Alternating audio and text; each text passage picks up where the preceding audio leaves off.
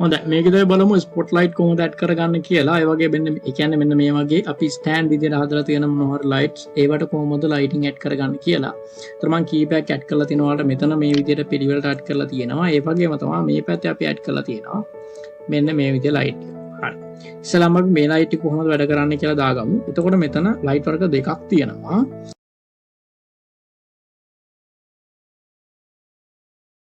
මේ ලයිට් එක තෝරගෙන අපිට පුළුවන් අදාළ එකට ගිහලා ක්ලික් එකක් දෙන්න. ඒතකොට අපිට දෙන්න ලයිට් එක වැටෙනවා.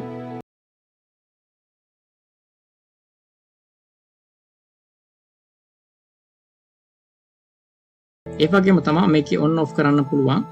නයිට් විෂන් කියන එක ඔන් කරගමු අපි. ඊට පස්සේ